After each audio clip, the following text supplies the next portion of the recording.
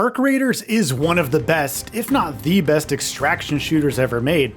It's not exactly a bold claim, especially after months of hype and successful playtests, but it's one that I've held off on really affirming until going hands-on with a full experience. Now that we're here, dozens of hours after launch and suitably entrenched topside, I'm more surprised to discover that Embark Studios has made me a believer. I've seen their vision for this extraction adventure, this part meditative, part chaotic traipse through a post-apocalyptic wonderland of dangerous robots and deceptive humans, and it's pretty great. The Enlist Resist tagline from that trippy reveal trailer from all those years ago feels all the more fitting now. Despite not actually walking through the halls of Speranza, the last surviving base of humanity that we know of, I can feel the melting pot of humanity reflected in the intriguing and non-overbearing entities that occupy it. And perhaps more than anything else, the danger that Arc presents, even when dealing with the most basic of drones. Arc Raiders doesn't waste much time with the setup, as a recently mugged raider on the surface, who may or may not have that guy on the pizzeria's roof, you barely make it to Speranza, garnering suspicion from Shawnee, the head of security. A few jumps and a room assignment later and you're officially part of the settlement. Such as it is, of course, because for all the hot meals and camaraderie, it's desperately in need of resources. There's also the strange phenomena that Shawnee has been observing lately, which fuels the various quests she doles out.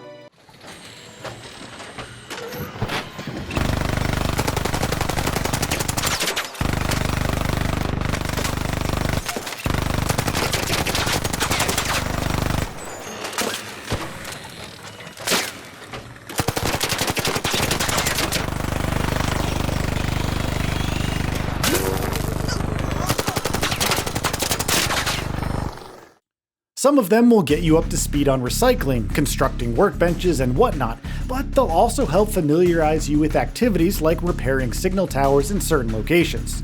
There's a fair bit of DIY involved between expeditions, but your dealings with each trader will be fairly straightforward. Much as I'd like to learn more about the sleek-looking Lance and his amnesia, or Celeste's politeness beneath the mountains of pressure felt as the Raiders' leader, these are gleaned in snatches of conversation more than anything else. And that's fine for the most part, because Arc Raiders isn't trying to bog down the pace.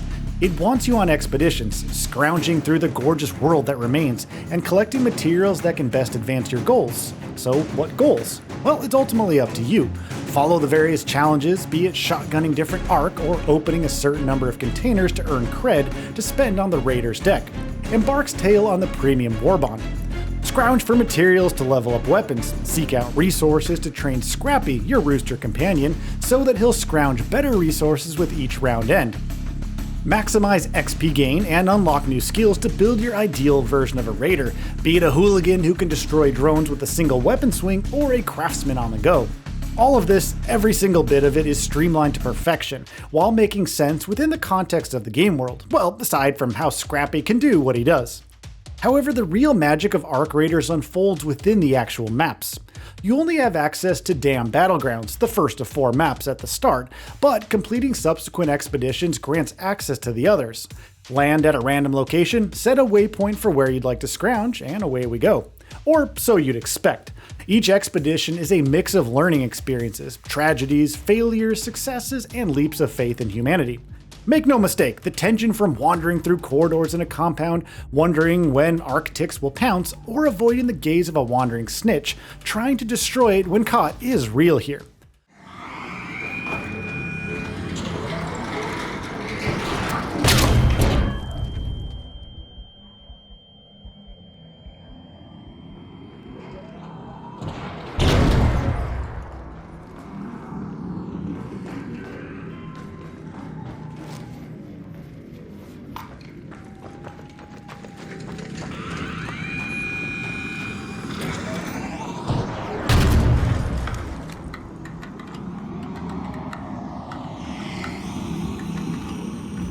But those pale in comparison to the terror felt when a leaper can be heard thumping around, or when you enter a night raid and hear explosions ringing out as other raiders desperately battle a rocketeer.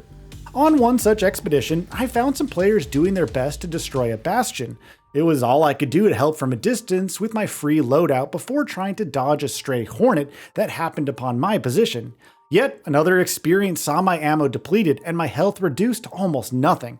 Somehow, someway, I bolted towards an extraction zone which someone else had spun up, desperately hopping inside and barely escaping. It's enthralling, especially solo when happening upon other players. With the sheer overwhelming strength of the Ark and how easy it is to jump into a raid thanks to free loadouts, it isn't strange for others to avoid conflict and simply go about their business. Then again, you can never truly be sure. Sometimes being taken out by a random raider hiding in a corner felt preferable to simply hanging out with randoms, never 100% sure if they would attack or not. Throughout all of this, almost every single aspect of Ark Raider's gameplay is impeccably polished. Stamina costs can feel restrictive until you acquire more skills, but it's also a way to learn about leveraging your environment. Sliding down slopes, stowing weapons to run faster, and maybe even backwards ledge grabbing for more seamlessly navigating multi-story buildings. The gunplay is similarly sublime, with each weapon having a realistic kick that feels as borderline unwieldy as it does powerful. Transitioning between all these functions, looting, shooting, movement, healing, shielding, is just so seamless here that it begins to feel like second nature after a point.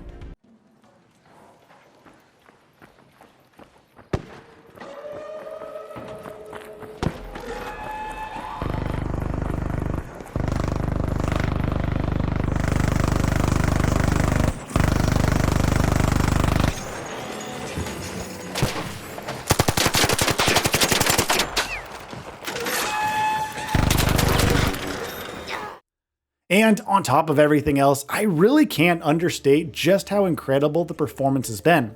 On an Intel Core i5-11400 at 2.6 GHz with 32 GB of RAM and an RTX 4060 with 8 GB VRAM, I'm able to run it at 1440p and high settings with a fairly consistent 60 FPS frame rate, that too with DLAA enabled.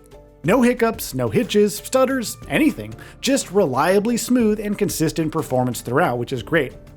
Now, I'm aware that Embark released a hotfix to address a fair number of issues, including graphical errors on epic settings, while also improving the lighting and material in some places.